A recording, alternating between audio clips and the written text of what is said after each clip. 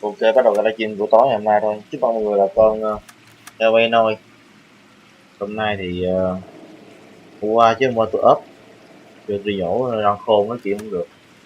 Hôm nay làm lại, nó còn hơi ngậm ngùi chút xíu. Miệng mở lớn không được anh. Còn vô nha.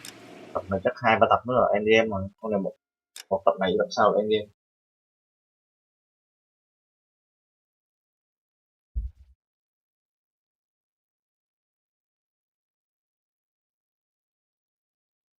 Anh em thông cảm nha. Dạo này tôi vừa công việc rồi vừa tao răng khôn của tao không mấy bữa rồi. Xong rồi tôi nhổ. Cái gì đây? The work in cục xếp hạt giấy à. Là cách sát nhân rồi, sát nhân hạt giấy, cái bị khùng, thế quá trời giấy. House fire, bad one. Cháy At least nhà. 4 Vicks. Get out there and find out what you can. The address is 650 North Hobart. Chứ đừng biết rồi, ông chỉ đưa địa chỉ rồi, không có nói gì về cái I don't know what makes you so stupid, but it really works. You sure that's not the crazy cop who almost vụ ran me án over? hết. Hôm nay tôi sẽ ít nói hơn mọi khi, anh em thông cảm nha. Đừng đi ra đi cản đường này. You're gonna see your married man again. Guy gave his Trời wife ơi. a tap. I said all's fair in love and war. Cản này.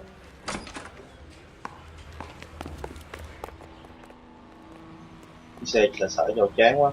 You're behind the wheel. Tôi kia lái đi. Anh em còn hơi chán thông cảm cho anh You hear em. about Rancho Escondido? Tôi chắc Are we hai having ba a bữa nữa, conversation, Big? bây giờ mới nói nhanh được rồi. Okay, fuck it. Forget it. I'm teasing you, Hersh. Tell me about it. One of the new housing developments, a couple of weeks from completion, burned to the ground last night. GIs are ready to move in this weekend. Developer's gonna have some very angry customers.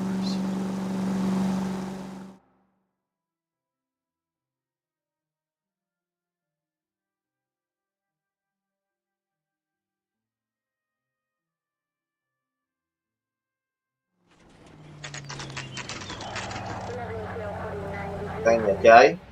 Ủa, này lớn lắm nha, trên nóc luôn, cầu thang. Anh em ai đang xem giúp tôi một like nha, một like một subscribe. Đấy, tại gặp ông điều tra hiện trường này, này pháp y. You guys better see this. I hope you have strong stomachs. Xem cái này cái gì.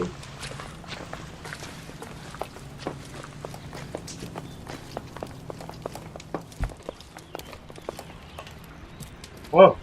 Do you have a name? Morelli, Mike. We recovered a picture of the Gia family. đình luôn. Okay. Anything else?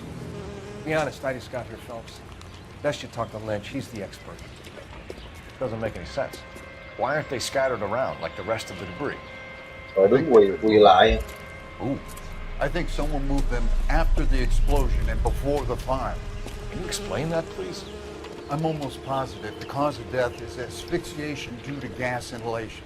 Tuy nhiên chết là ngạt khí ga. Look at the parts of their bodies that aren't scorched. The coloring around the fingertips is typical. They wouldn't have felt a thing. I think the fire damage is post-mortem. I think someone moved them into this room. À, tụi nó chết vì ngạt khí ga chứ không phải chết Still vì doesn't cháy. make any sense. Why would you run into a burning building?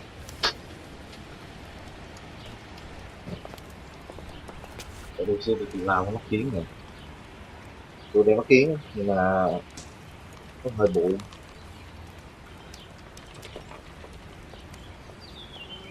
Ghét rồi. Mắt kiến từ bắp quá. Anh em nghe rõ âm thanh không? Giờ chứ lướt sơ rồi, cả gia đình luôn, ba mẹ hai đứa con. What are you doing? Họ đang làm gì? Rare effect is from the fire. Còn người Muscles and tendons contract. do gọi là nóng quá cơ nó tự rút lại. Chơi gia đình nè. You ever think about how many people have died in this world? And and how big heaven would have to be to accommodate them bigs? No, I have not. Show some respect. It's our boy. I think he watches the fires. I think Yeah, the Sawyer well. fire went wrong. So what about the guy we have in jail, Phelps? You got the wrong guy. That doesn't explain why he ran into a burning building. What would make anyone do that? Guilt.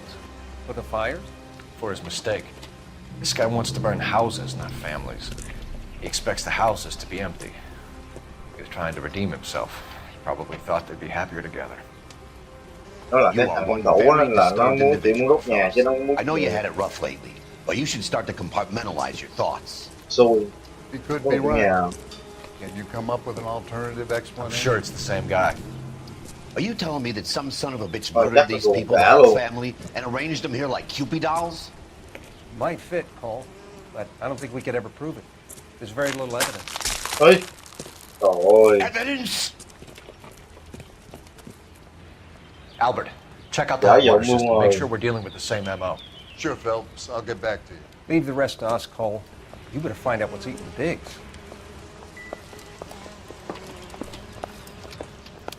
nóng quá thịt nó rớt luôn.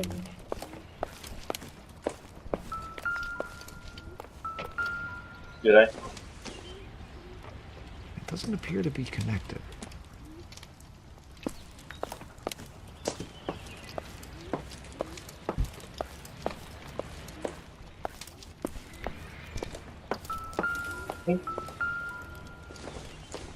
Con này Optimistic, Cole.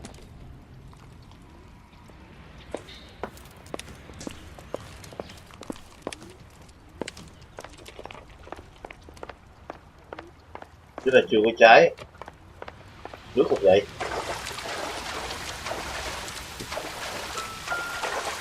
Xe. This is the flashpoint. Đây là để thắt nổ. Heater detonated with enough force to expose the foundations. Con mạnh tôi nổi mà thấy được cái móng nhà.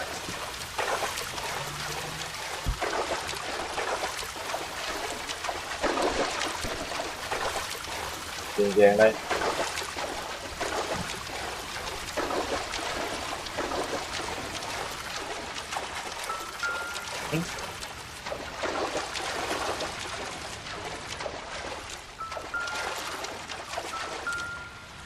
Kèm chắc không liên quan.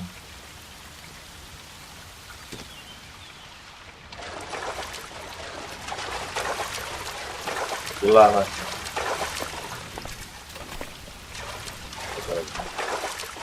Tắt rồi đó.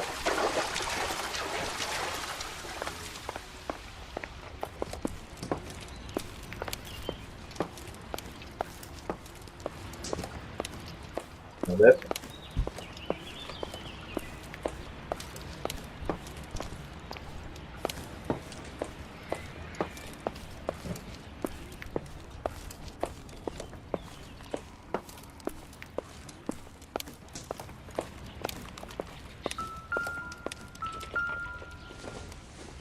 Phòng của vợ chồng này. I don't think so.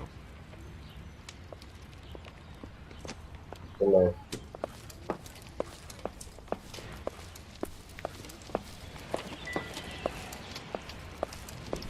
Cái vụ tình tiết cái vụ trái này là không có cái gì để quét được.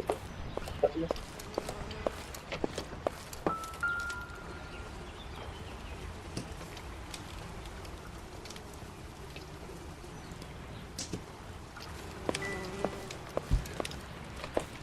Có đường lên lầu ta.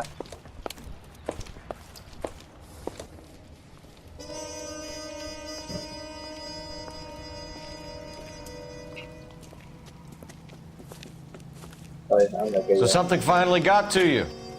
You want my help, pretty boy? You got it. You keep riding me and you won't be pretty much longer. We can get this guy, Herschel. You think you've seen everything, Phelps? I was with the 2nd Marines at Bella Wood. The things that went on in that farmhouse. My own guys on fire, screaming for a way out. You're not gonna get this guy. There's gonna be no photos and no citations. We're gonna kill this miserable fuck. End of story. You getting this? Ông này ông này bắt này là ông giết luôn chứ ông không có You remember the list? giống như vô tù được tuyên dương vậy đó. Sure. The Morellis were winners too. Their name was on that list. Christ. Đúng. Cái nhà này bị cháy là trong cái danh sách mà được trúng thưởng đi Okay, I'll try this side. gọi là được trúng thưởng đi chơi đi du lịch đó. Trong cái vụ án trước á, là vụ án trước là do là mình bị bắt sai người hết á. Mình sẽ nói chuyện em kia đi.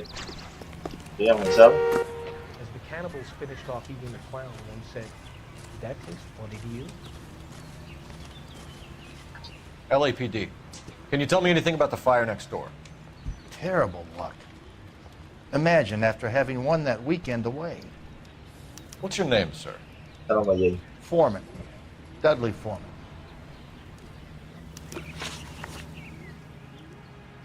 Báo cáo của nhân chứng về vụ án cháy nhà. Did you see or hear anything that might have... Look, we were asleep when we heard the explosion.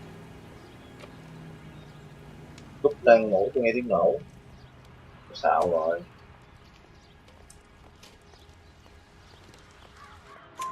You didn't like Morelli, did you? Some neighbors you get along Mình with, không có some ưa you với don't. nhà kế bên. Guess they should have sold up. What do you Còn đây mean? không là mấy nhà. Ý là They're sao? knocking down all these old houses Mà and sắp building hết. a new subdivision Phá for hết căn nhà GIs. cũ này. Morelli Sao mà was giải nhà being mới? difficult. À, và cái công ty xây dựng cũng muốn phá vỡ cái chỗ này. Nhưng mà không gọi là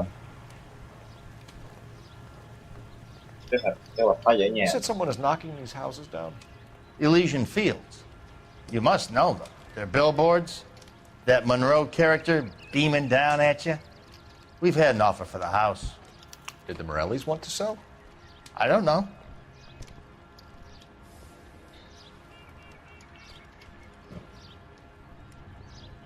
Nó gió rồi.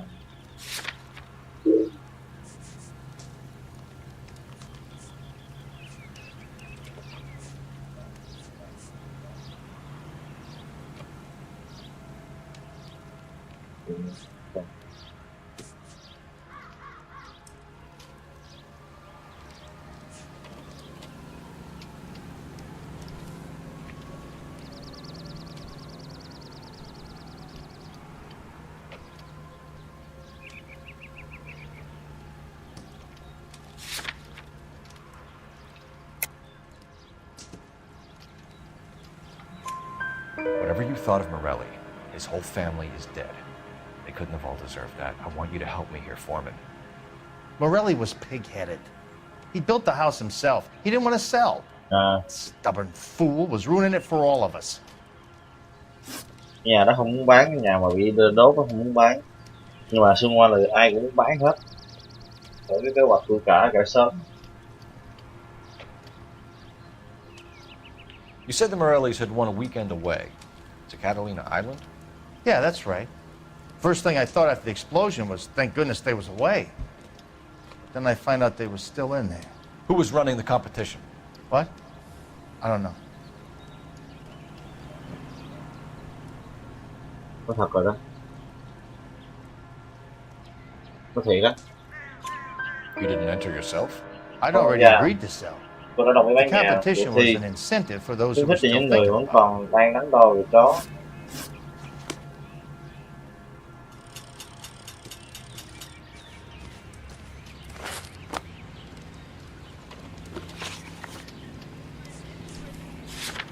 Chưa hết rồi. Còn thông tin đó. Tôi đi điều tra thêm.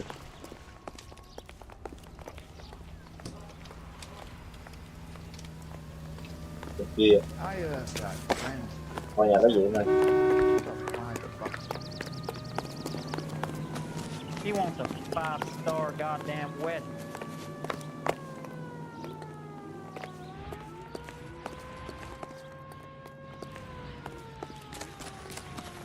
Có mấy nhà xung quanh thôi. Ôi! Thế mà đụng tôi chết rồi.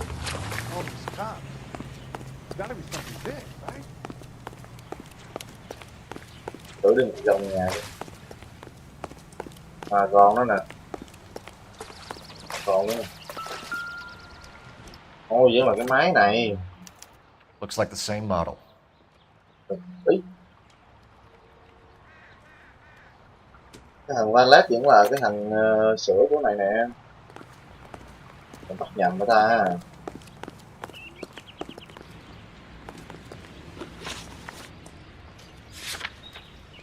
Còn hành tinh đó.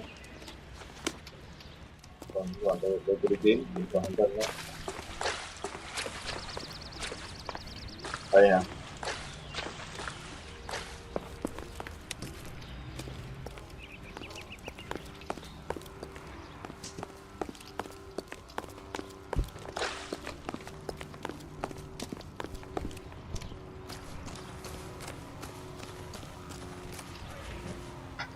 All a man can do is put in a prayer for the dead. About all I've got to say about it. Cái nắp ông ta. Tôi vô nhà lại coi. Còn thông tin nếu chưa lấy hết á.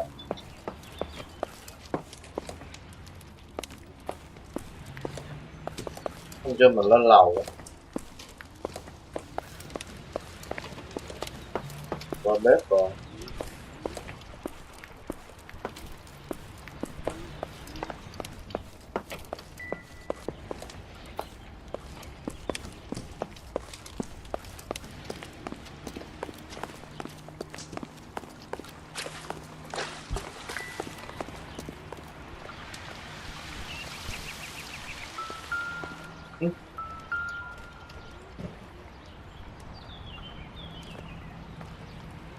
Hết chưa?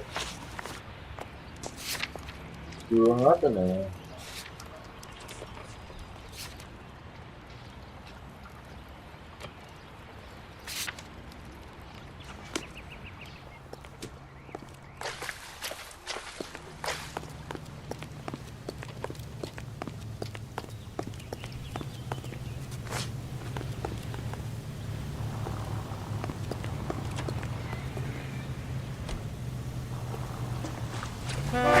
Ôi ôi xém chết rồi.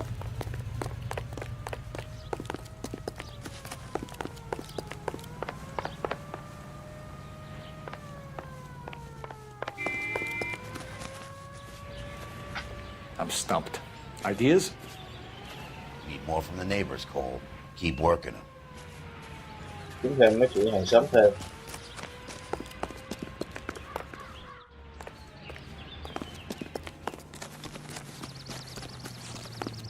Tôi đụng với người ta. Tôi chết luôn quá. I swear, this town is going straight to hell.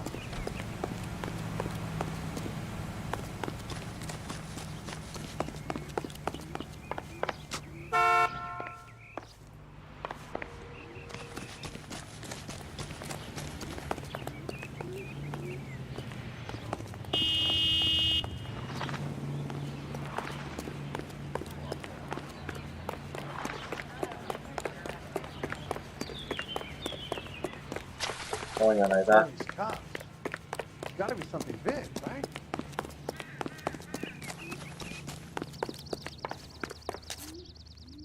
Được luôn.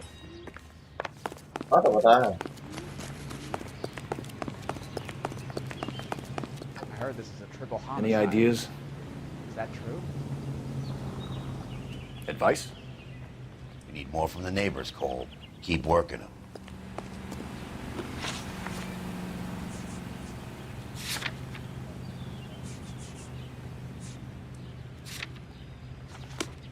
Hỏi thêm thông tin nữa nhưng mà cái nhà đóng cửa hết trơn rồi.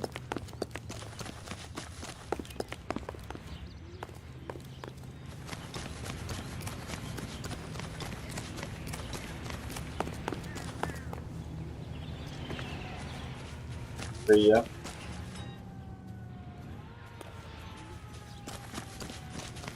Tôi hỏi mấy người gian đường nữa.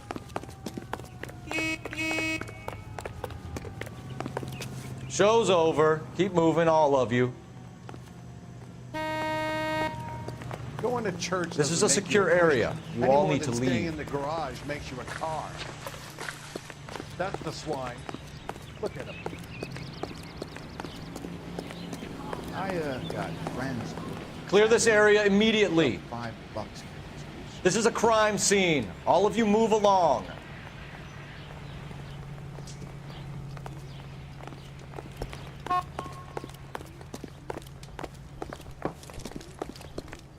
Mọi người vẫn còn thông tin nè.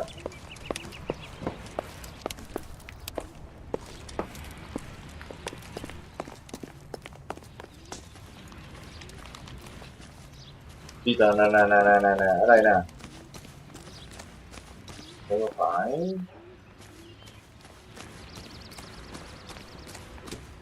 Bởi cái nhà kế bên mình.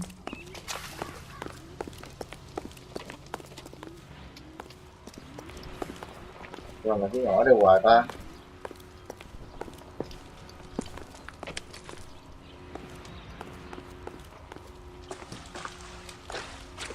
Còn đâu nữa.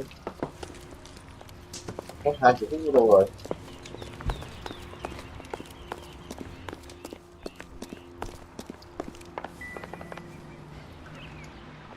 Mình cô rồi.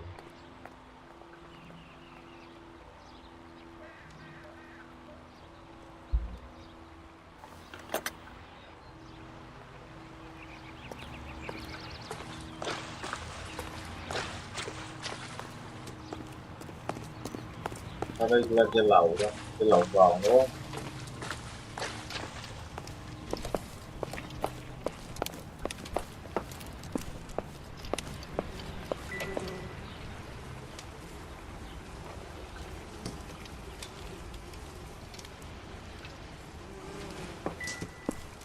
There isn't much I can tell you right now, Cole.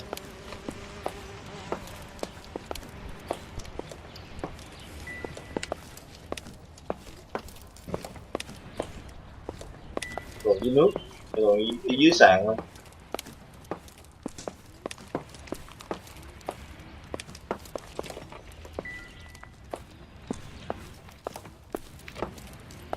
Quanh cái chỗ này luôn rồi.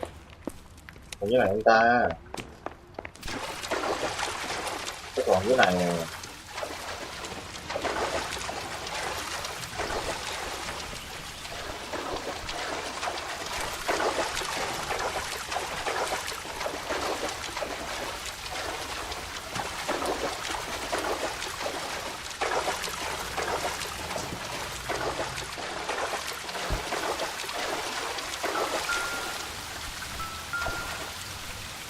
Cố.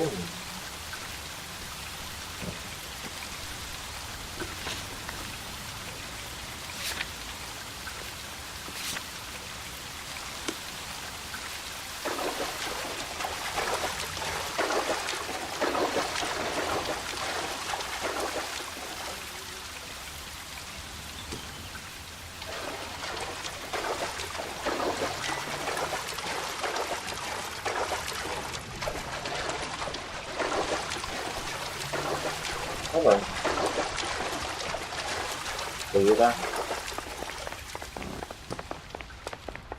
Cái tay bí.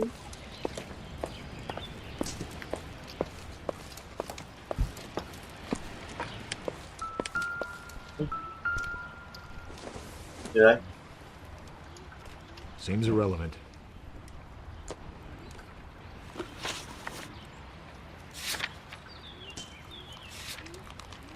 Còn những món quan trọng nó chưa có.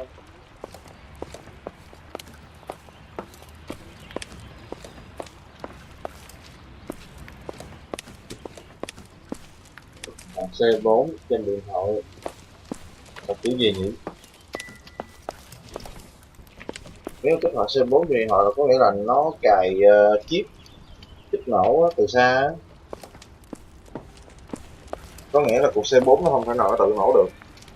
Thường nha, bơm á nó sẽ có một cái chip nổ người ta gọi là nổ mồi. Là thuốc nổ là thuốc nổ dễ nổ. Còn thường á, nhưng mà cái người ta gọi là cục bộc phá, cục thuốc nổ bự á, nó gọi là thuốc nổ khó nổ. Cục thuốc nổ nó giờ dục vô lửa nó cũng không nổ nữa. Nó hay cái đó đó. Có nghĩa là cục thuốc nổ khó nổ, nó dục vô lửa nó cũng không nổ, nó tại vì không đủ nhiệt độ để nó nổ. Nó cần cái cục nổ mồi gọi là chip nổ mồi. Cái cục đó là nó dễ nổ. nó nổ cái thì nó sinh cái nhiệt lượng đủ để cho cái cục gọi là bộc phá hoặc là cái thuốc nổ khó nổ á, nó mới nổ được đó. Here's what I heard. That Nó cop dễ này caught the đâu. guy that did the dahlia, but they covered it up. Some kind of conspiracy. Help me out. We need more from the neighbors, Cole. Chưa Keep tôi working. hỏi thêm người hàng That xóm, skill won't buy me hỏi something chân nice. rồi I'll find someone who will. khó chịu quá à. Hỏi hàng xóm này hả? Hỏi rồi mà.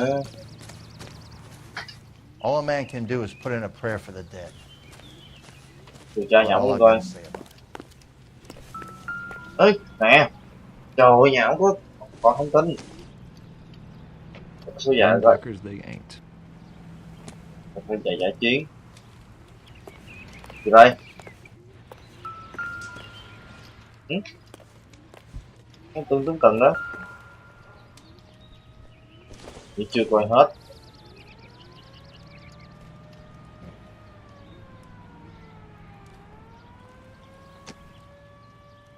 À rồi bên này nữa.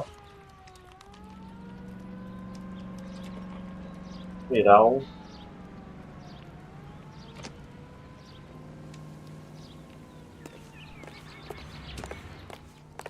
Chưa. Chưa được nữa nè.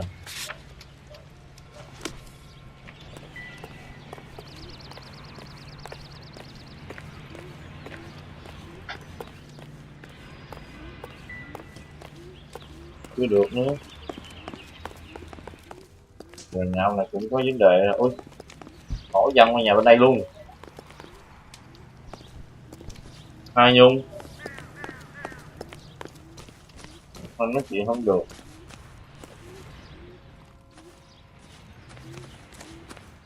Điều tra nhà hàng xóm rồi.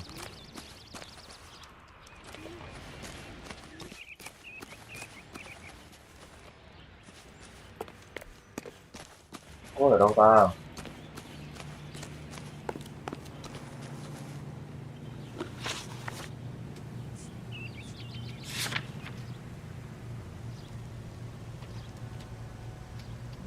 Kỳ gì? Nhiệm vụ là mình điều tra cái nhà riêng. Rồi hỏi là khách hàng sớm. Mà xong rồi.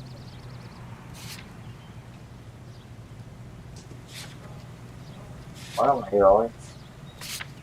Hỏi ai nữa?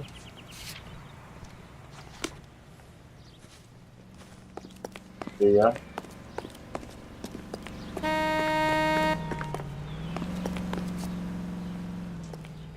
Sớm nào nữa?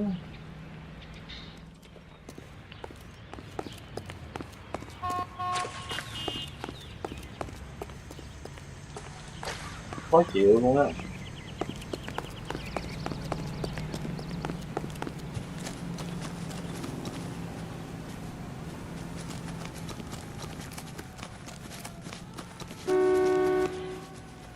Chắc không phải rồi.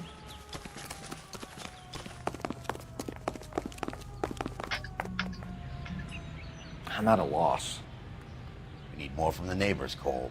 Keep working them. Chưa cứ đi hỏi nhà hàng xóm hỏi hết trơn rồi còn ai đâu hỏi. Có lỗi game không ta? Lỗi game không?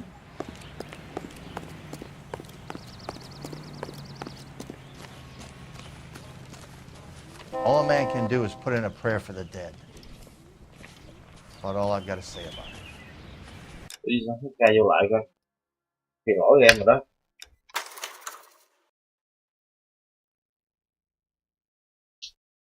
Đi qua không ra bằng chứng mà lỗi game rồi đó.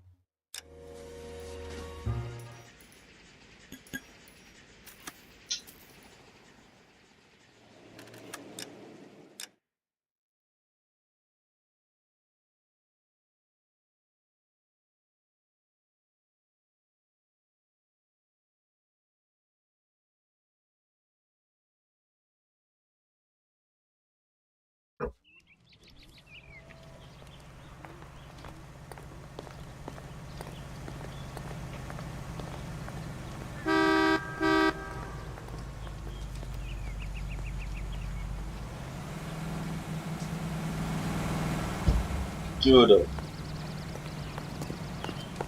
You all seem to be standing around. Shouldn't you be working? I swear, this town Để is trả lời suốt straight đi to coi. hell.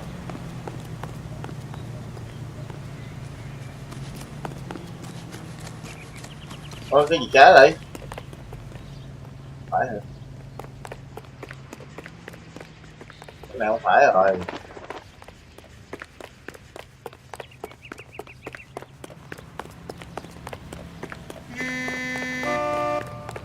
Một vài lỗi game này.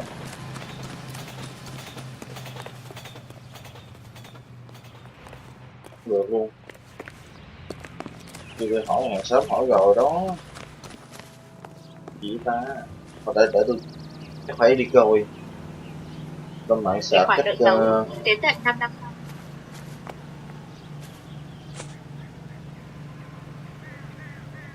để coi em đây nó chơi sao thôi. Thì là bí rồi.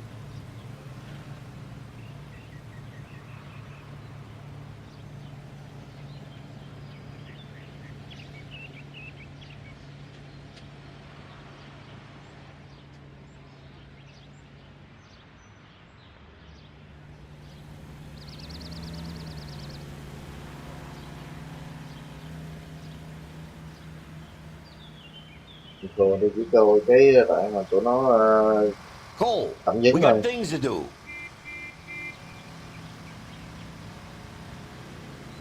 Phải coi cái đoạn mà nó đi kiếm lên bằng chứng luôn. Khó chịu rồi chứ.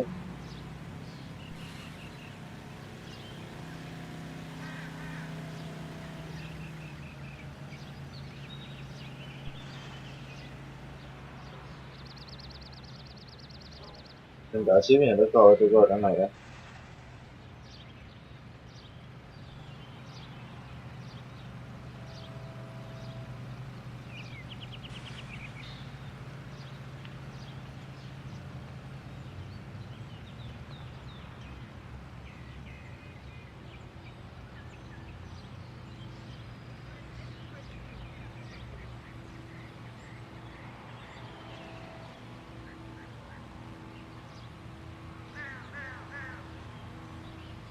What are we waiting for? À. Trời ở đây nè. Nó có tờ báo nè. Đứa này đi ra. Nó có tờ báo ở đây nè.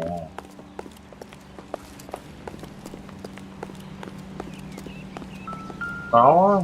Trời ơi. How did you get my number, Ira? At first I didn't Good, understand you, but now I do. I'd like you to come back to the clinic. I'm helping other people now, Doctor. I think you are confused. You haven't been to the clinic for weeks. I'm not confused anymore, Doctor. I'm helping people be together. This world is only temporary. We'll all be happy. Why don't you tell me where you are and I can come to you? I think the fire should end now. They have served their purpose. Oh, the fires are only beginning, Doctor. After the fires, everything will be beautiful and clean. Everything will be erased. The world will be fresh and new. I can see my purpose now, Doctor. And you helped me to find it.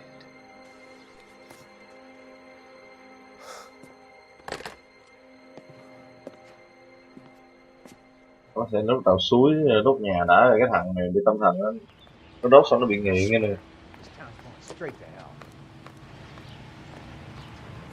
Đúng chưa?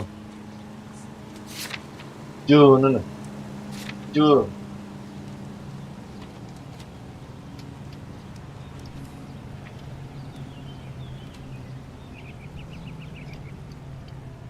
Qua tiếp. Đúng một xíu bằng chứng ở đâu?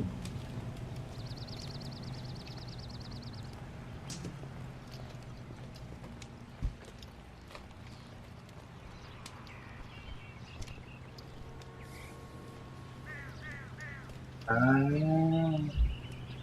dấu kỹ quá. Dấu kỹ quá. Đây nè. talk is cheap, try hiring a lawyer. Hèn chi mà nãy mình chưa lục cái này. Quá. Someone was keeping watch. Looks like they were here for quite a while. Nó đứng lại nó đốt xong rồi nó coi nhà nó cháy rồi xong rồi nó mới bỏ đi. Whoever he was wearing boondockers. I would know that imprint anywhere. Về giải chiến. Ông chủ không phải rồi, cái ông hàng xóm không phải rồi. Ăn bắn cái gì vậy? Dạ con không bao giờ giải chiến. Hỏi tiếp. Did you see anyone hanging around the Morelli's home prior to the explosion? Nope. Kent says I was looking out, though.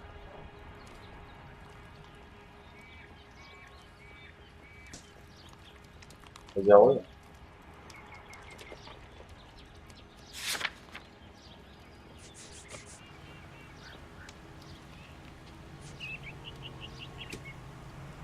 Cái dối.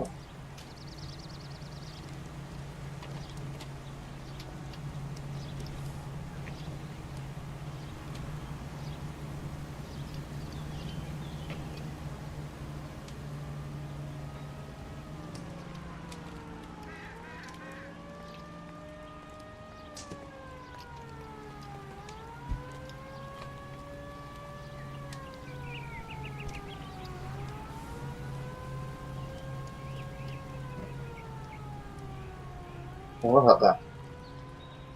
Hey, I don't have all day. Biết rồi, biết rồi.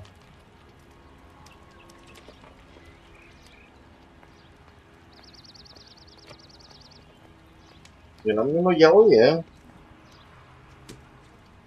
Nghe nhìn nó giống nói dối vậy.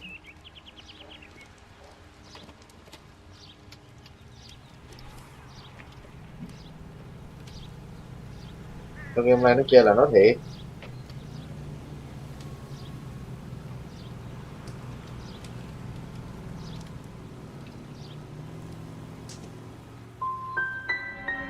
Sai rồi chứ.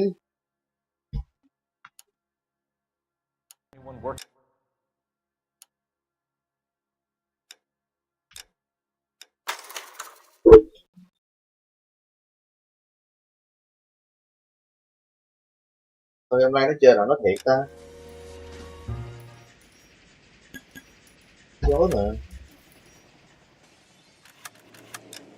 Lại đó.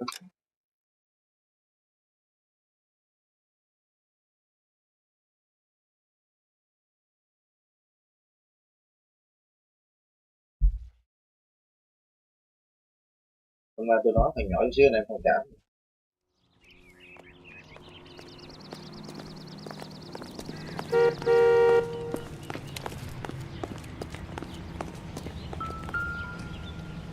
Còn lại từ chỗ này là không lưu đây. How did you get my number, Ira? At first I didn't understand you. But now I do. I'd like you to come back to the clinic. I'm helping other people now, Doctor. I think you are confused. You haven't been to the clinic for weeks. I'm not confused anymore, Doctor. I'm helping people be together. This world is only temporary. We'll all be happier in heaven. Why don't you tell me where you are and I can come to you? I think the fires should end now. They have served their purpose. Oh, the fires are only beginning, Doctor. After the fires, everything will be beautiful and clean. Everything will be erased. The world will be fresh and new. I can see my purpose now, Doctor. And you helped me to find it.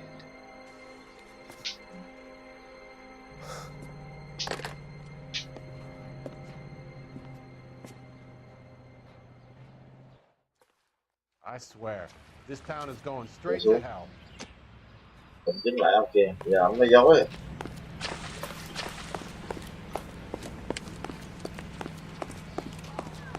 You all seem to be standing The main around. reason Santa's so Shouldn't you be jolly is working? because he knows where all the bad girls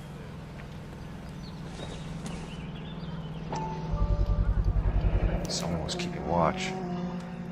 Looks like they were here for quite a while. Brand looks distinctive. Whoever he was wearing boondockers. I would know that imprint anywhere.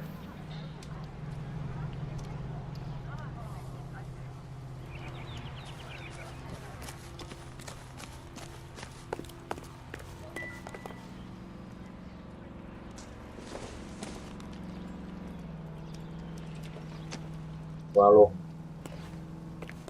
Một là ổng rồi, một là nhà hàng nói dối. Did you see anyone hanging around the Morelli's home prior to the explosion? Nope. Can't say as I was looking out, though. I think you're covering for someone, Foreman. Who is it?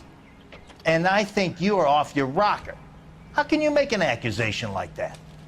What proof have you got?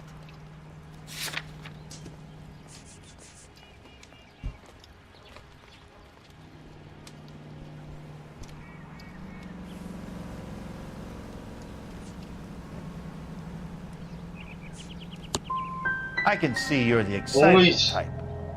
You shouldn't let your imagination run away with itself. Chán chứ, nghi ngờ thôi. Thanks for your time, Mr. Foreman. Sure. Hey, if you're interested, I have one of those competition flyers in the kitchen. I could get it for you if you like. That would be great. Any luck, Cole? Couple of things. What did you pick up? Folded piece of paper. Looks complicated. Japanese call it origami. Can I take a look? Sure. Giấy. Paper crane. There's a legend about them. You fold 1,000 of these and you get a wish. Có được 1.000 con, ông sẽ được ước của chúng. Hey, don't break it.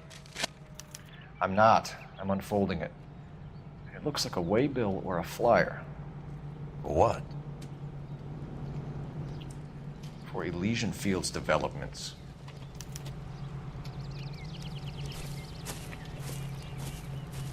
Oh, I see you already have one. Giống nhau này. Okay. When did the flyer arrive in your mailbox? They've been arriving for weeks. This one was in the mailbox when I got home from work yesterday afternoon. Chưa. Cái thông tin nữa. Chọn sai cái chán gì. Đừng nghi ngờ thôi. All these people are vultures, officer. But you can tell me what's going on.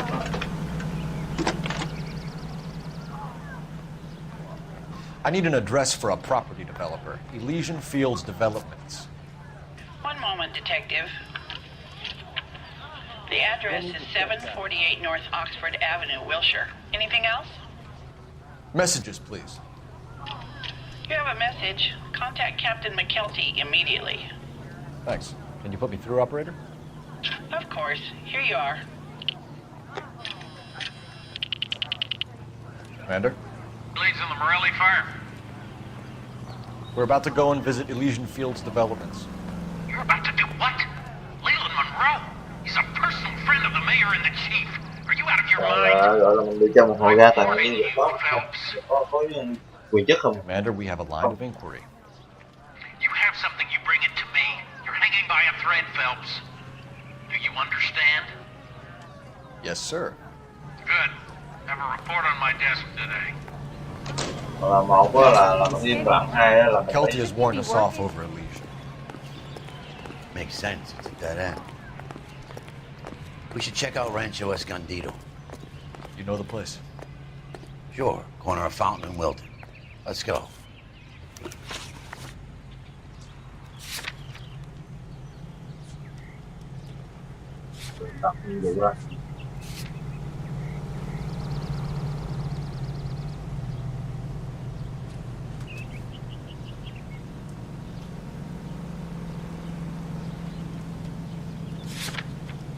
Để điều tra cái phía trước.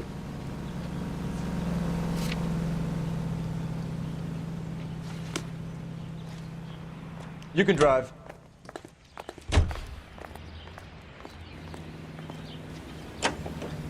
Không tới công ty nó được. Shame about Chap. The arson desk has been trying to nail that son of a bitch for years. He's still in custody, Herschel. Want to bet? Fella kicked him loose already. And hold him for misdemeanor cigarettes and matches.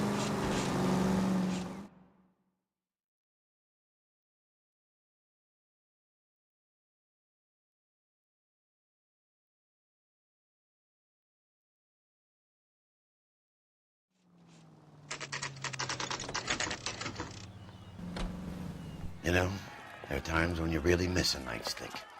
There's more religion in the end of a nightstick than in 100 cathedrals. Trái nhà nữa nè. I'm not gonna tell you again, sir. Don't tell me when and how I can come and go on my own property. It is not This is safe, America, dickhead. Sir. Now step back or I'll lock you up for a Smart fray. mouth son of a bitch. Đúng là làm công vụ luôn hả? already.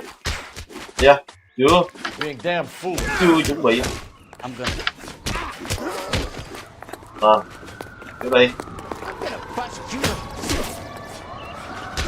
Còn một đứa tập nữa. Ow.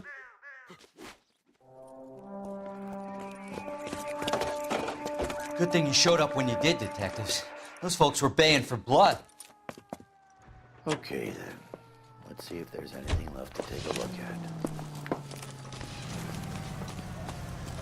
Người trên dự án luôn.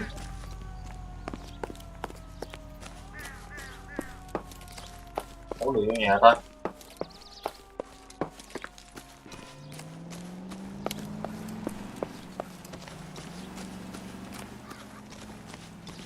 Đậu vòng thôi.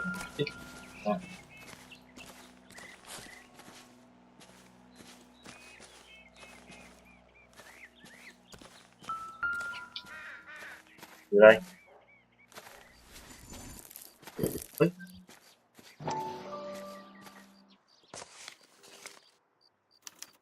Mortar is like dust. Is that normal in Chất fire? lượng.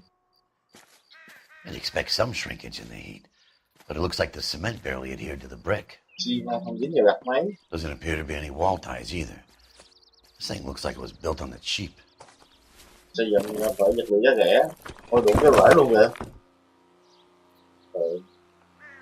Giảm vậy.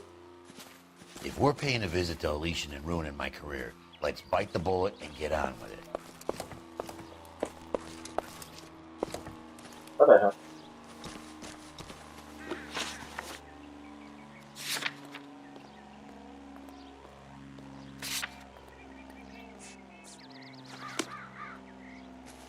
Cái khu vực mà cái công ty đó xây lên á,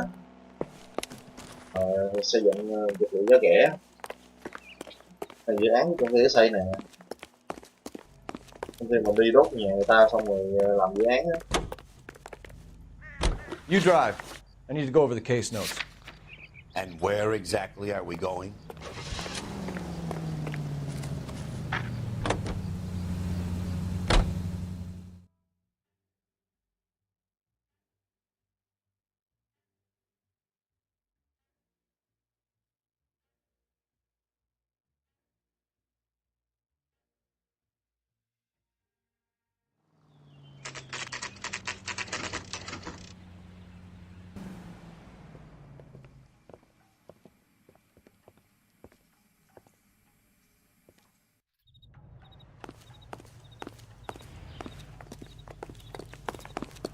Dull as dishwater if I'm not with him for the conversation. Detectives Phelps and Biggs, LAPD, to see Leland Monroe. Do you have an appointment? We're the police, lady. We don't need an appointment. Can I tell him what it's about? It's an official investigation. There are 2 police officers here to see Mr. Monroe. Send them through. And that's our cue. Thanks, ma'am.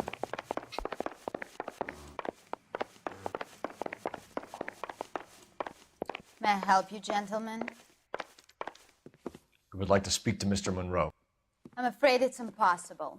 Mr. Monroe's schedule is booked weeks Wow, in phía đầu. advance. Công an tới mà rồi Cut to có the lịch với chase, ông lịch. sister. Is he in? I'm not at liberty to reveal that, officer. So he hired you for your intelligence? I find that offensive. You have every right to. This is getting us nowhere, miss. Casino. Would you like us to return with a warrant?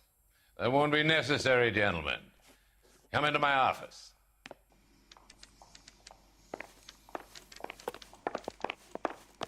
You like a cigar? Drink, boys. Sure, I'll have a scotch. Biggs.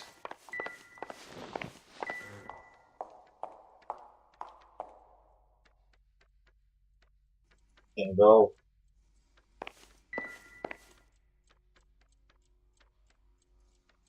Em giống nhau.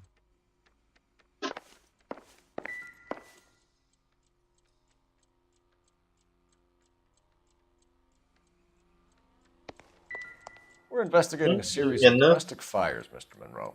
It's terrible, boys. How can I help?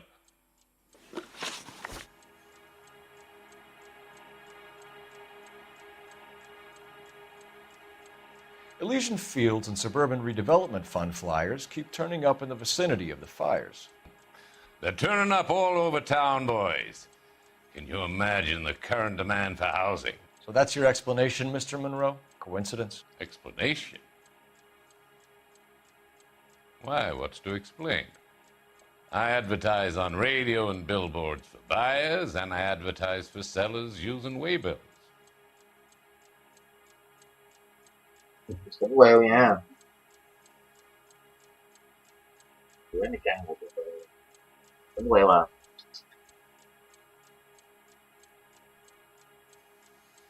Gọi mà ông là không có con mắt luôn rồi sao mình coi mình biết được là ông có thiệt hay giả.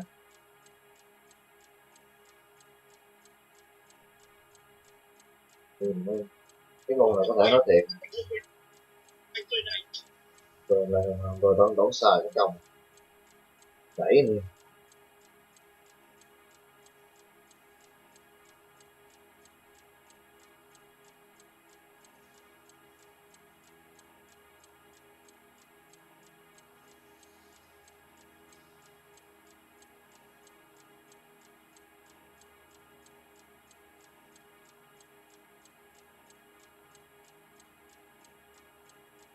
Can we speed this up a little?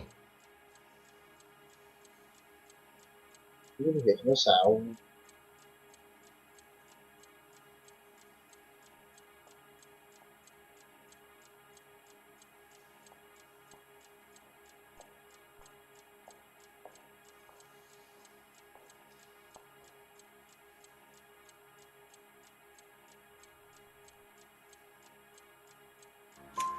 We found a family burnt out in their home.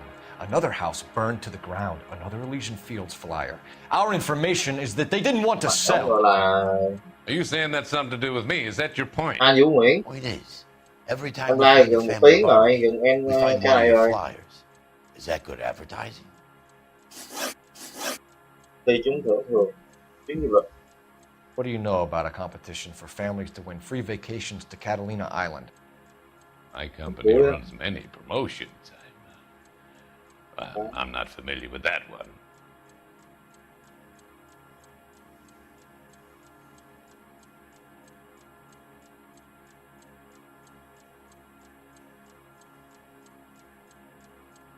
Nên tôi không hiểu hết câu lại từ đầu luôn.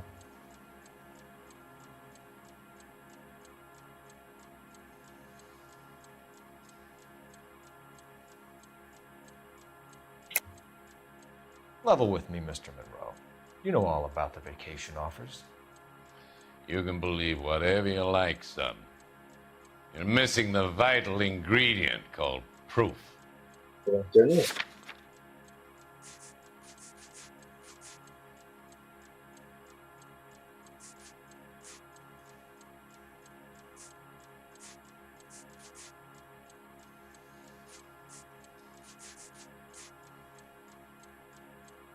Chứng này.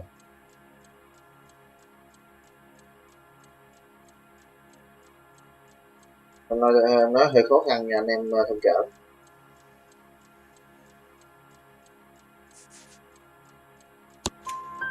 Your face is all over the flyers, Mr. Monroe. You know about the prizes, and you're aware that they get given to holdouts.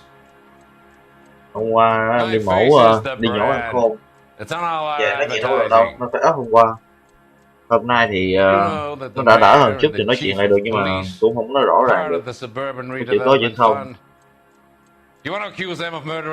Mỏ miệng dữ lắm á. Mà gán thôi. Made offers to buy houses in areas where fires have been recorded. Are you suggesting that I'm burning people out of their homes so that I can sell them new ones? What happens to your bán nhà mọi người để mua để bắt người ta mua nhà mới. We work around them. Business finds a way. That's the American way.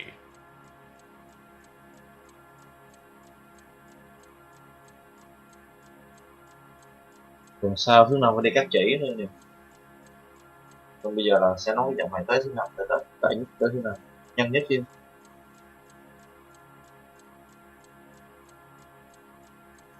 Rồi câu thứ ba nè, có nè. Nó thiệt nó giả.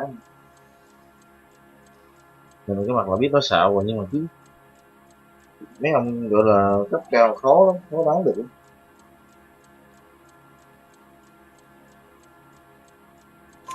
Come on, Mr. Monroe. You expect me to believe that you would build a new development with one of those old piles smack bang in the center of it? Progress is an inexorable process, Detective. Those who choose to stand in defiance are usually confined to the waste basket of history. To answer your question, yes, we would build around them if we had to. Most people see sense.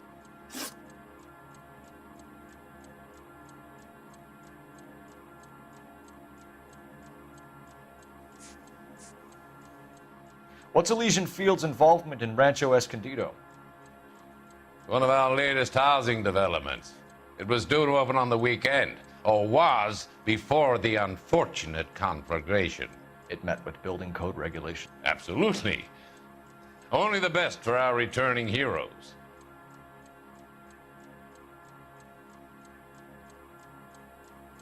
Tôi gió rồi. Ông nói là ông cho những thứ tốt nhất về cho những cái cụ chiến binh. You're lying, bro. Có thể là cái There's something out of kilter about that development. dự án nhà cho bộ đội, rồi cho lính mà của chiến binh á, ông bán là ông làm xi măng kém chất lượng, xong rồi nhà bị sập. Đây nè. Đất nói dối, trời. Câu này tôi biết trả câu trả lời. And there's no wall ties connecting the Anh mason. em giúp tôi một like nha để cho kênh tăng tương tác. Tôi thì like thất thường quá, anh em thông cảm.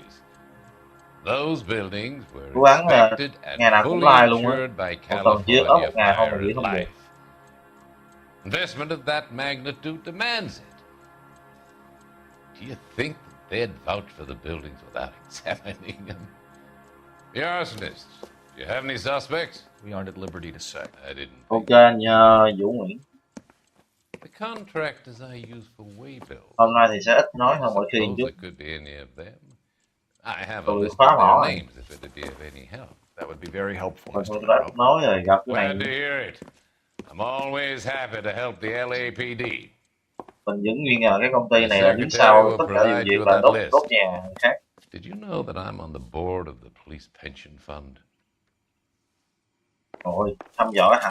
Ông cộng sự của mình rồi. Glad to be of help, officers. Nói là ông còn muốn là hưởng lương hưu trước khi ông đừng để bị đuổi việc trước khi hưởng lương hưu. What's the story? Any of these names ring a bell?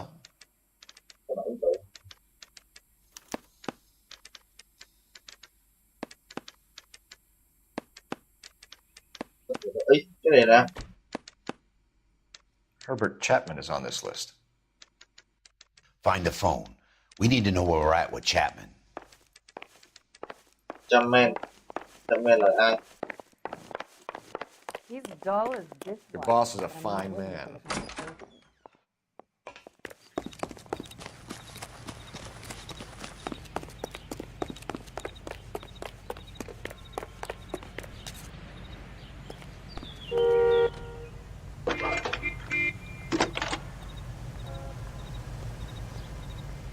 Phelps, badge 1247.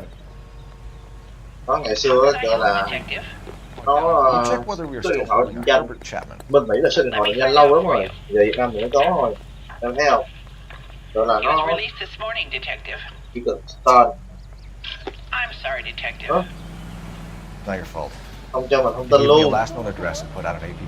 Bây giờ là cái sở cảnh sát là nó gọi là nó không cho mình điều tra cái vụ án này nữa. Cấm hết trơn. Thanks, man. Không cho mình thông tin luôn rồi. Có ngày xưa là rồi tôi nhìn với bản quyền chán ghê á các bạn này. Tôi thông báo cho anh em luôn á là cái video dạo này của mình á hay bị dính bản quyền quá, video trên kênh á, nên khi mà tôi livestream xong á tôi sẽ ẩn cái video đó xuống nha, ở video nó xuống đợi nó có dính nó gì đó thì tôi sẽ điều chỉnh xong rồi tôi sẽ bật lên lại, tôi điều chỉnh hết. Hồi trước tôi cũng làm như vậy nhưng mà tôi làm biến á, tôi giật lên luôn, tôi không có sách gọi là không có điều chỉnh lại gì hết, up lên luôn xong rồi á, qua ngày hôm sau tôi có thời gian tôi mới chụp. Nó dính bản quyền xong rồi thằng YouTube á, nó làm cho mình bị gọi là cái kênh bị giảm tương tác, giảm đề xuất, nên anh em thông cảm nếu mà có coi lại thì video sẽ bị chậm hơn so với video mình like khoảng cả nửa ngày một ngày nha. Rồi tiếp đây, cái này dính bản quyền chắc luôn, cô sẽ nhấp để cho nó không dính. Bây giờ là fail không cho điều tra nữa, không cho điều tra cái dự án vụ án đốt nhà nữa, cái công ty đó lớn quá, công ty địa ốc. Có nghĩa là nó đốt cái nhà của người dân xong rồi nó xây cái nhà mới lên, nó mua hết đất lại nó xây nhà mới lên xong rồi nó bán được lại kiếm tiền, gọi là kiếm tiền chính. Mình biết mình nắm rõ hết rồi nhưng mà bây giờ không có cho mình điều tra nữa, nên giờ đó fail nó buồn, nó chỉ ngồi đó thôi. Giờ uống rượu buồn cũng không làm gì. Nó gặp lại thằng này rồi, hứa cái gì ta, roi này, thằng này là nó bán trứng mình rồi. Buy me a drink, Cole? No. Not even for old time's sake. Not even for that. Cái đầu phải nghe khác là biết You're not rồi going to không? ask me why I'm here? I wouldn't give you the pleasure. I'll get around to it.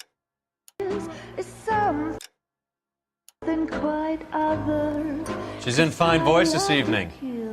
Con này giọng cô ta tốt đấy. I wonder how the commander would feel Save the about... threats for some...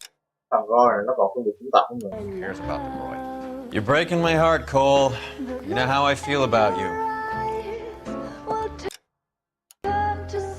Làm ảnh hưởng tới điều tra của mình. Nó là hàng thông tin là mình ngoại tình á, xong rồi vợ bỏ đi luôn rồi. Stay away from Elysian Fields. Chưa mà tránh xa cái công ty đó là không, công ty địa ốc. I should have known that you were playing. Nếu mà anh không biết là tôi You and your doofus partner. You have been warned. Thanks for your cooperation, officer. I love you. Stay away. You have no idea the type of people that are involved in that. I have a pretty good idea, Roy. The same kind of people that sent you here. Your investigation is finished. Homicide will be taking over from here. I've heard we've had a spate of grass fires in the hills that you and that hunchback might be able to handle. Thanks for the drink, Cole.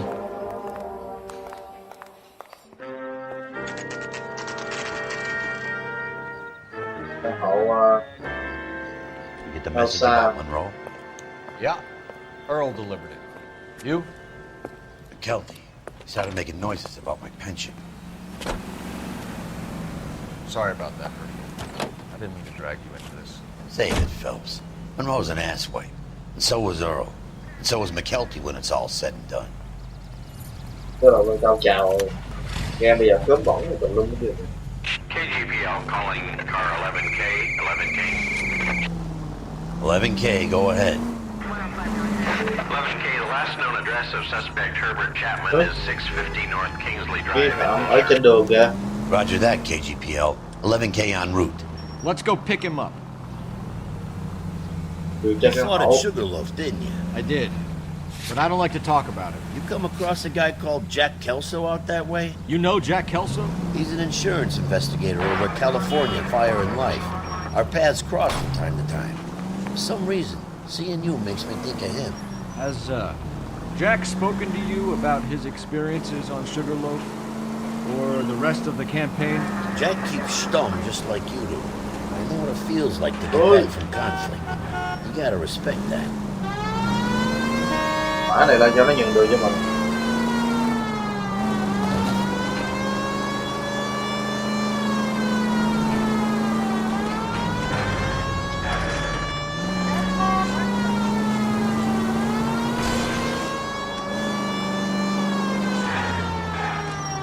Go right.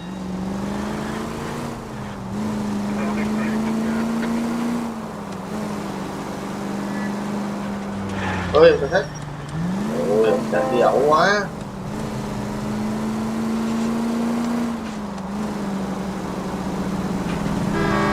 Nghi phạm trên đường rồi, bây giờ mình không có đi bắt nó nhưng mà mình sẽ đi qua nhà nó để mình lục tụi nó ngoài đường.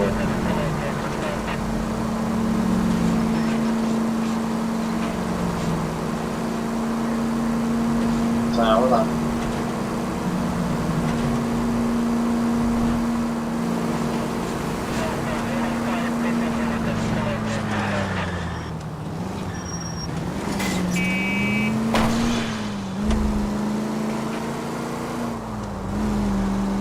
Sao quá vậy?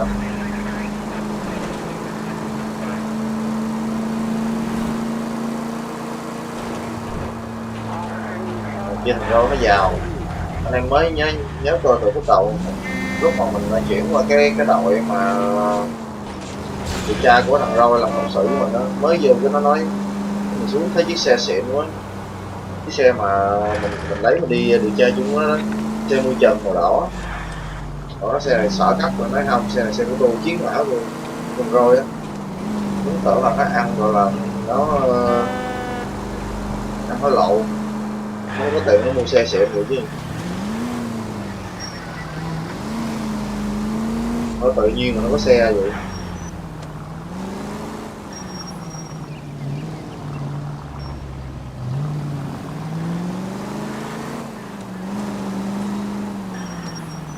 Đấy.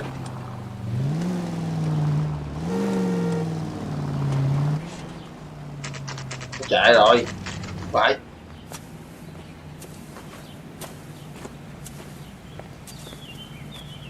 We're looking for Herbert Chapman. I'm looking for him too. I need him to move his car so I can mow the lawn. He's definitely not here. I've been banging on his door off and on for a couple of hours. Yeah, he's out somewhere. Is there some kind of problem? Let's take a look at the car. Chà. Nó đi. Let's see what he's hauling around. Đây, lại có cái này nữa nè. Thì cái này đốt nhà chứ gì nữa. Em mũi á. Motive, opportunity, and hard evidence. Cái đầu để đốt cây trái, đốt cái hút súng, phải chở 45 ly. Cái ly này hình như bị sai á, tại cái cây đạn tôi nhớ cái cây viên đạn của tôi 12 lửa là viên đạn bự dữ lắm.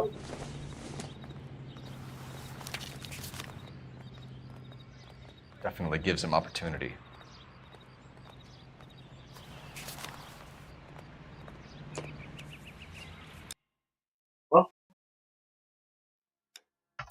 Sao mà tự nhiên dân ngang ta? There he is. Ở kia rồi.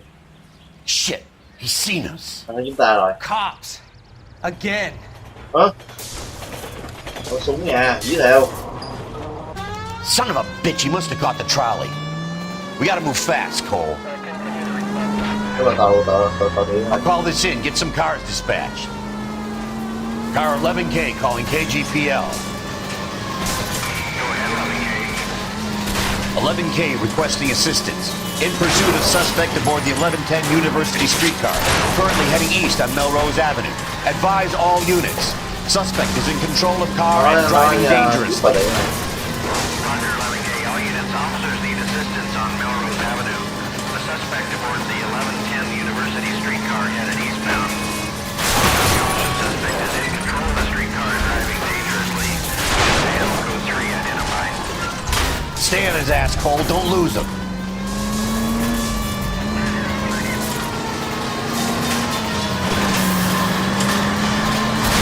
Look, Cole, the side plate's gone. Get me closer. I think I got a shot here. Hồi xưa là bất ngờ nhất còn là đường chạy giữa đường. Nó hư rồi đó. Step on it, huh? Get me just a little closer.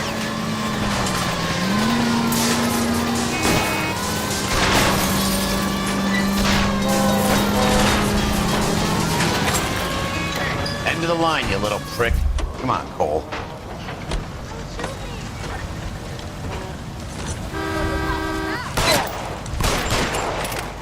Duyên một. Looks like we have our man, Cole.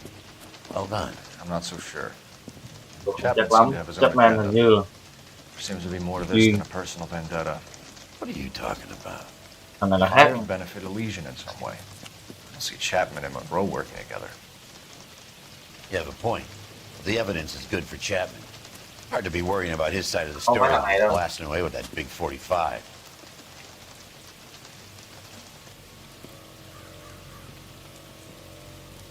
Vụ án vừa bế tắc quá. Nice work, gentlemen. Put yourself at considerable risk stopping that trolley and probably saved a lot of lives. Anyone else but you, Phelps, and you'd be up for a bravery award. We've had our eyes on that slippery son of a bitch Chapman for as long as I can remember. I couldn't be happier than to wipe him off the scoreboard. I hope this puts to bed that crazy stuff you had going about Leland Monroe. What were you thinking, Phelps? Be calling Richard Nixon a crook next.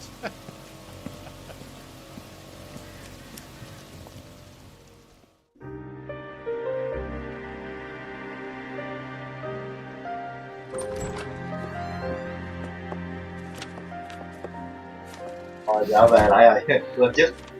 Dạ được chứ. A letter from Lou.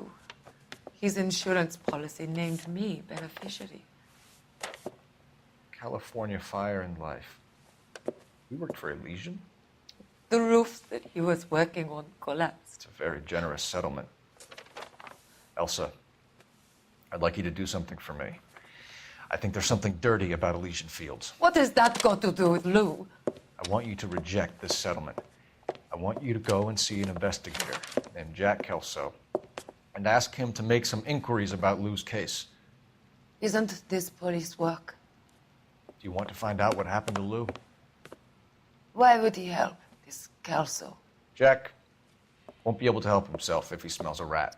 He's a friend of yours? He hates my guts. Elsa, you could take this money and let them get away with it, or we could get Jack's help and do something about it. Why not be honest with this man, Cole? He deserves your honesty if you want his help. Believe me, Elsa, I'd like to level with him. I really would, but it's too late. Years too late.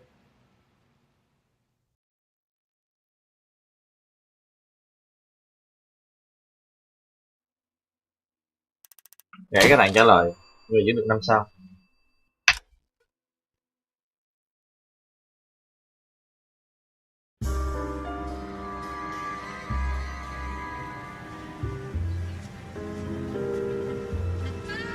Nó 8 rưỡi rồi, chắc làm tiếp. Thêm một vụ nữa, thêm một cái dự vụ án nữa. Còn giờ mình qua đây gặp thằng này chi vậy? Thằng Kelso. That's what the sign on the door says, miss. Gì đây? Thằng này thám tử tư à? Làm gì cho khách hàng nữ? There's no need to come into the office, Miss Lichtman. If you accept the settlement, all you need to do is sign here.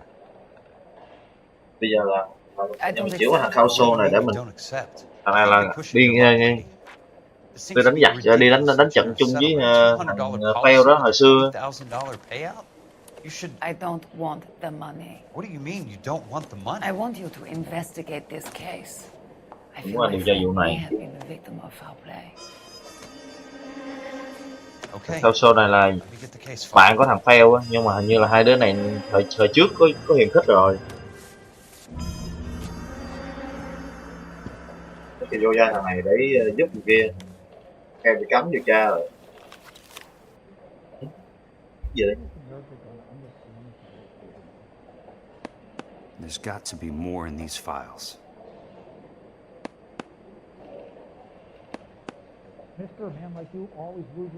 Số này.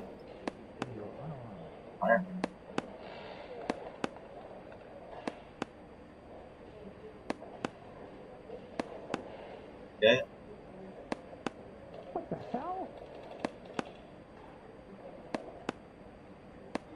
Không ta.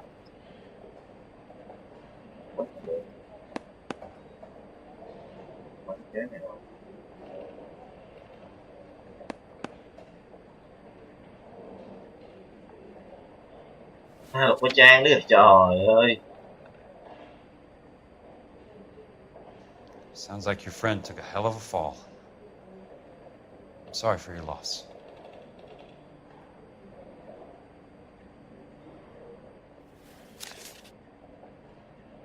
Có chuyện.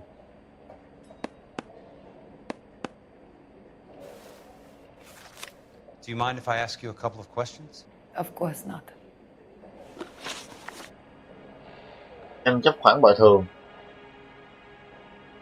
Một ca sĩ thật ra là anh.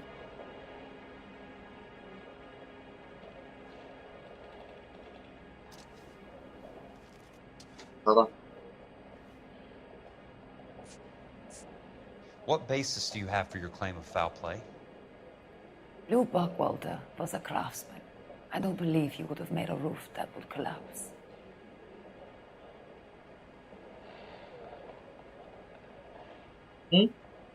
Sao nó dối?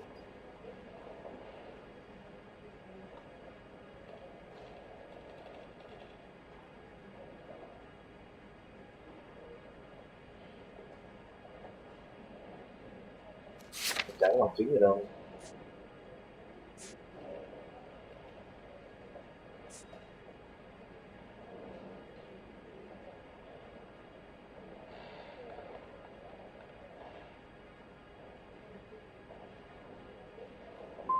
What are you talking about? Ôi, tao sai. Vậy là tất cả bạn tôi không hiểu rồi.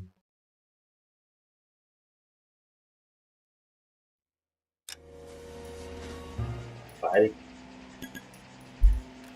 Phải chọn nghi ngờ không đúng.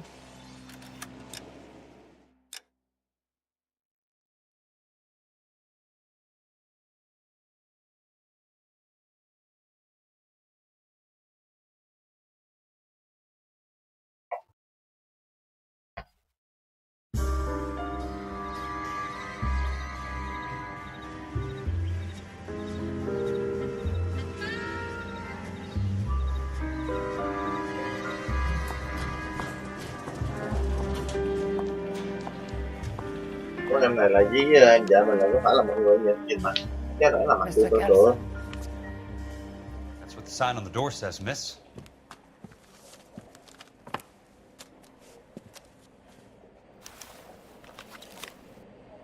Get out of here.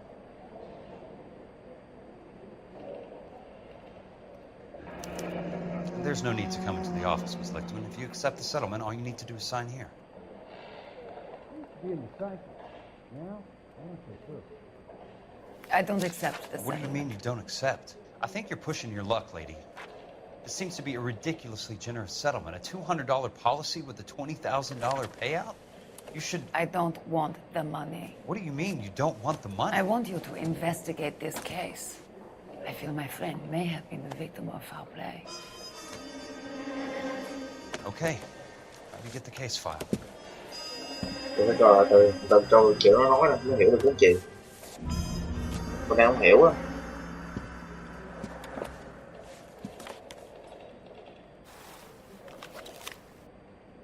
What the hell? There's got to be more in these files. I swear, this town's going straight to hell.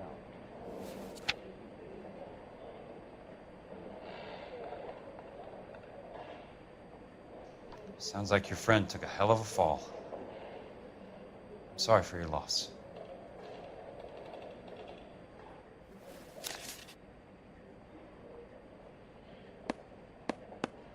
Do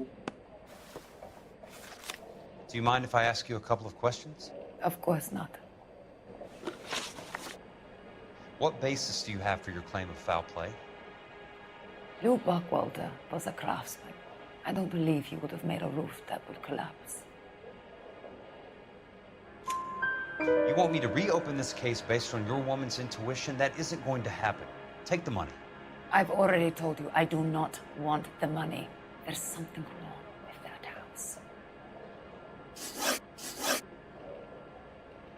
Có nghĩa là thằng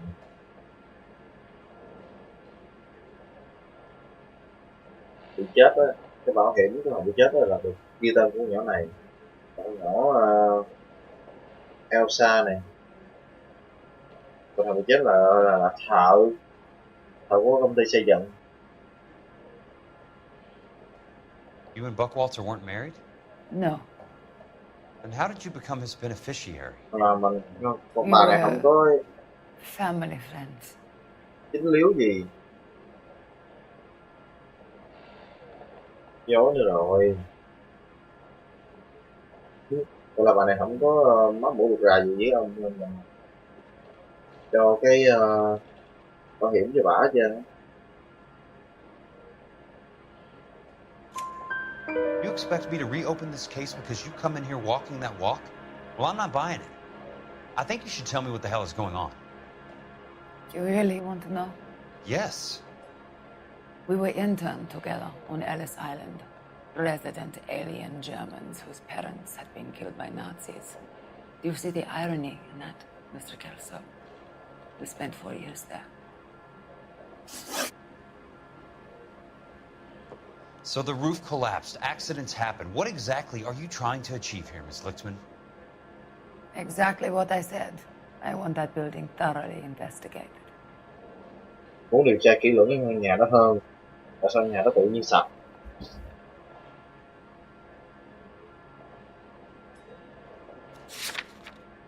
Có thật rồi. I'm intrigued, Miss Lichtman. I really am. Đúng hết rồi. You're going to have to give me something if Tôi you're lại sớm mà có thể là làm 2K. There is a conspiracy Bữa tôi muốn surrounding chơi đợt Elysian xuyên lắm, Fields and the mình new muốn thời gian houses chơi they're á. building. I believe your insurance company is involved. That's pretty heady stuff, Miss Lichtman. Flimsy, but heady. I've told you what I know, Mr. Kelso. What are you going to do about it? All right, Miss Lichtman. One final Kiểu là question. không đối tư. Còn fail đó là What's your không tử address? là Is that usual? Is there anything usual about this case, Miss Lichtman? không tử trong đồ The có xác. address is on the letter, Mr. Kelso. The address, not the phone number. Cái địa chỉ không có xin thoại. Ai Nhung?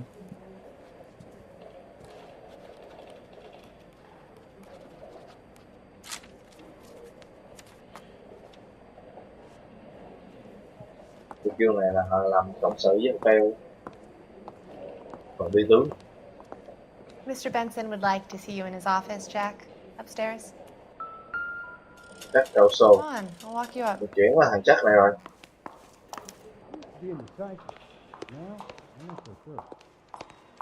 Bây giờ kiểu là bị bủa dày quá, không có làm được. Mình phải làm dùng thằng này thôi. Và thằng này gọi là cũng có chuyện với thằng Teo trước. Hai đứa không liên lạc với nhau. Grown man Chắc playing là and being từ bây giờ là bored. mình sẽ điều khiển thằng này với thằng Teo cộng sự. Chậm vậy.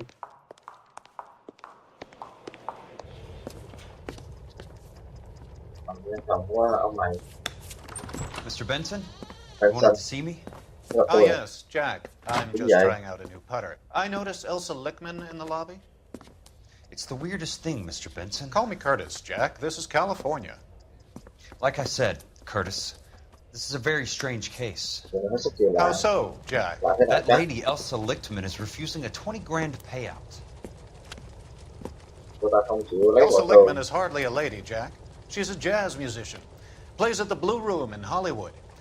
She has a fine pair of lungs, now that I think She's of the it. beneficiary of this guy, Lou Buckwalter. He was killed in an industrial accident working for Elysian Fields Developments. You know Elysian? I'm familiar with Leland Monroe. We move in similar circles. Well, Miss Lichtman is making some pretty serious accusations. She says the case stinks and that She's a something very happened. highly strung girl, Jack.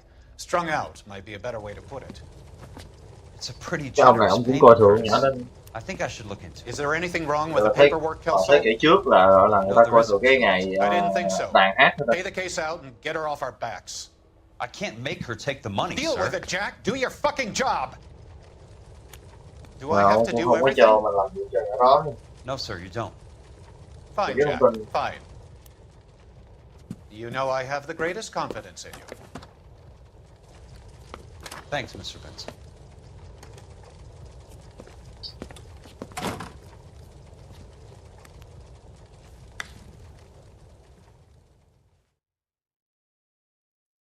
I swear, this Your car, Mr. Kelso. Thôi, đi tới công trường. Tôi tự lái luôn rồi, không có ai lái cho tôi. Trời. Ơ, dịch chuyển được kìa. Từ từ, như mình giữ nguyên là mình dịch chuyển được.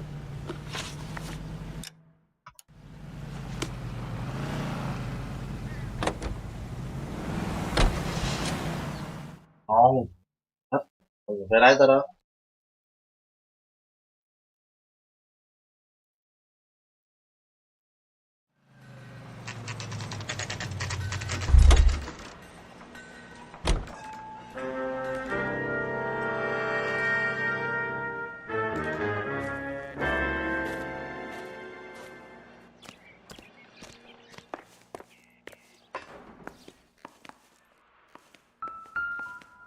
Dạ.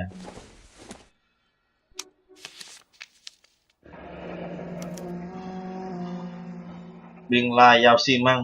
That's not how my pop taught me to mix it. Someone is cutting corners. Chắc sáng rồi. Ít xi măng hơn so với bình thường.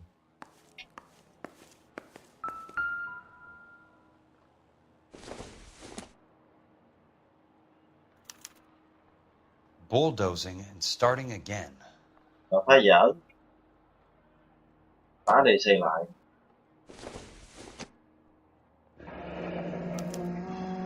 Leland Monroe, the man with the grin. Looks like he doesn't like to be disappointed.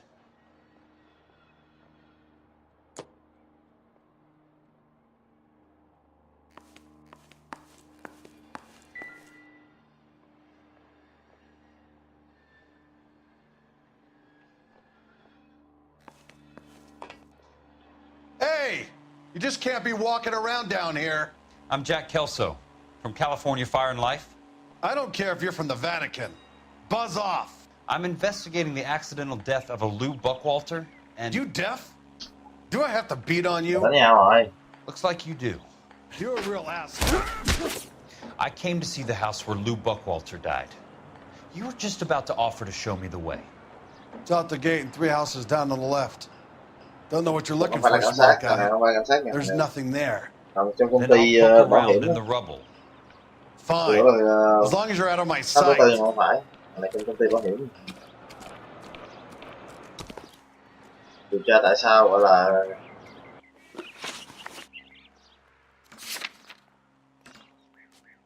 hiện trường tai nạn là cái thằng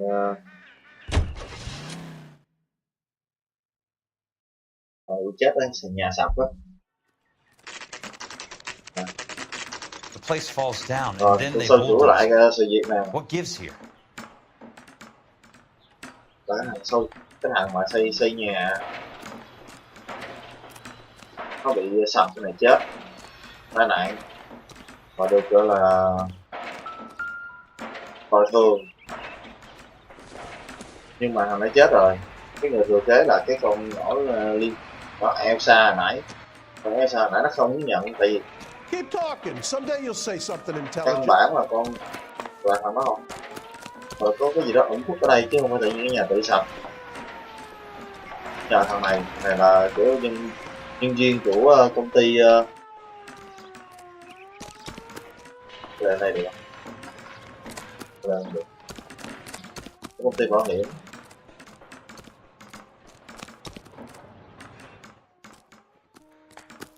Này là bạn của ông Theo. He wants a 5-star Bạn biết goddamn thì trong wedding. This guy must have cái đây hot boy.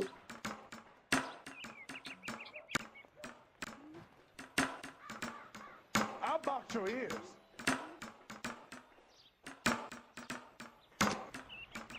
Phải hả?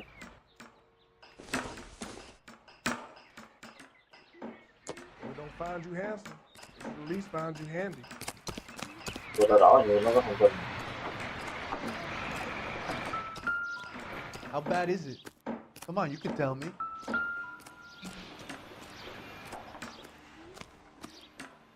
Let's try to piece this together. Ghép chúng lại nha. I'm gonna sock the hell out of you. That's not right.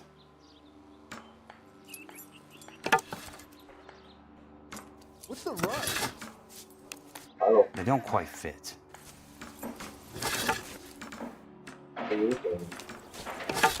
Hey, buddy, you dropped something? Keystone Films. Who gets their lumber from a film studio? Gỗ từ phim trường trời. Tôi dở cái gỗ làm gọi là lòng sử dụng qua rồi. Để tính giết mình nè. Ai đụng nó, đâu quýnh nó giờ nó giết mình, tính giết mình.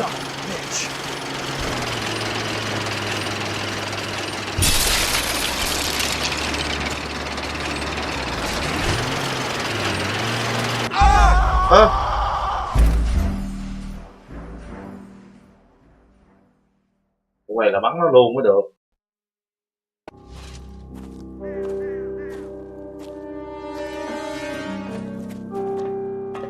Đứa này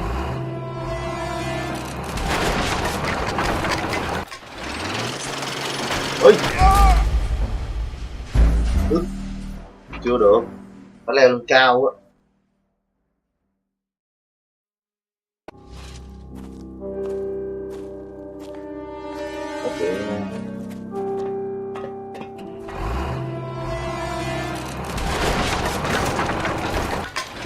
Đã chứ đã.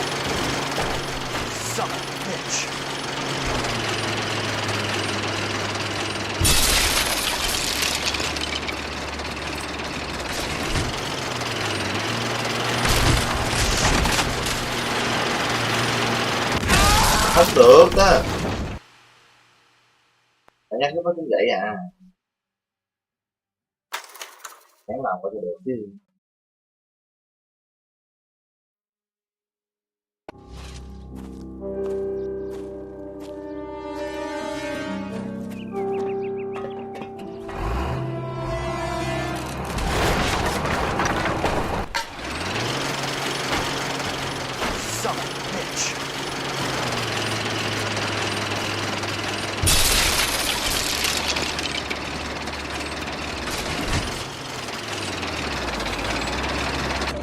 Đó.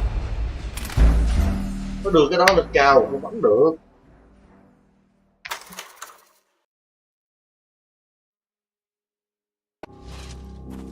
Không có gì ta.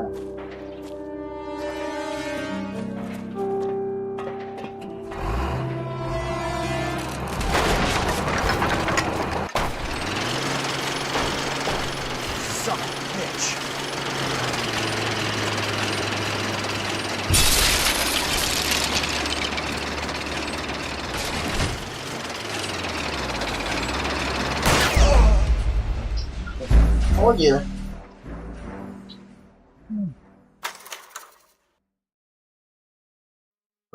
Nó đưa cái cây kia lên cao, nó che nó lại.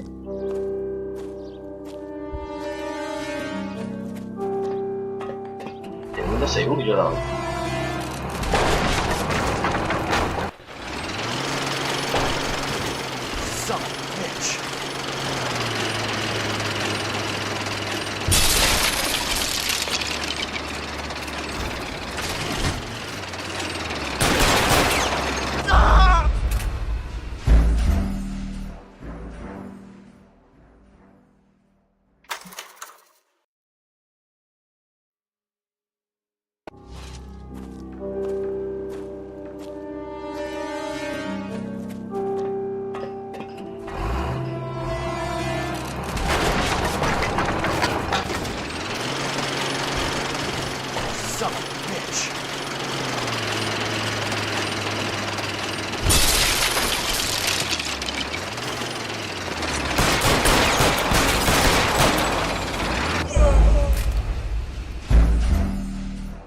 Che chở nó thấy được đồ bắn.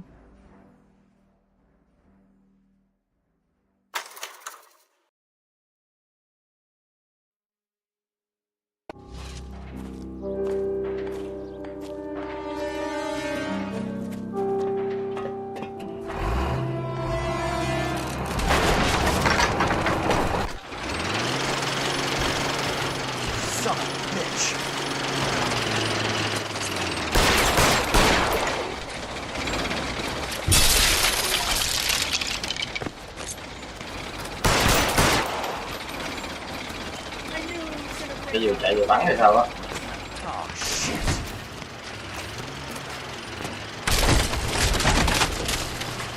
Cứ chạy về bắn, không phải là bắn cho nó mà cứ chạy và bắn thôi.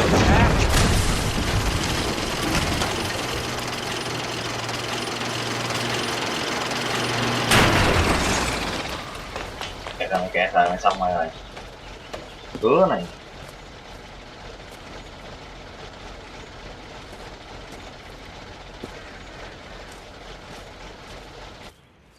Không, mình không được giết đâu, phải mình đâu phải cảnh sát, quên. Mình cho nó không cho bắn cái đầu là phải rồi.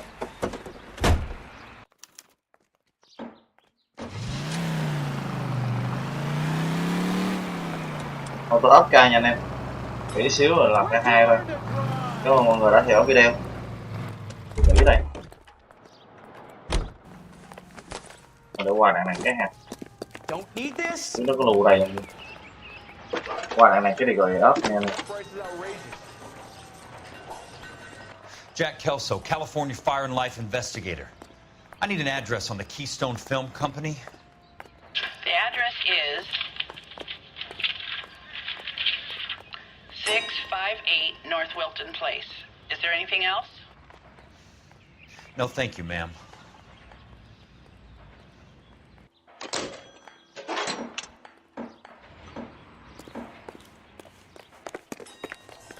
Up nha anh em. Ok, cảm ơn mọi người đã theo dõi video nha. Thì nghĩ khoảng cỡ 10-15 phút. Sau đó mình sẽ tiếp tục K2 thôi. Bye bye.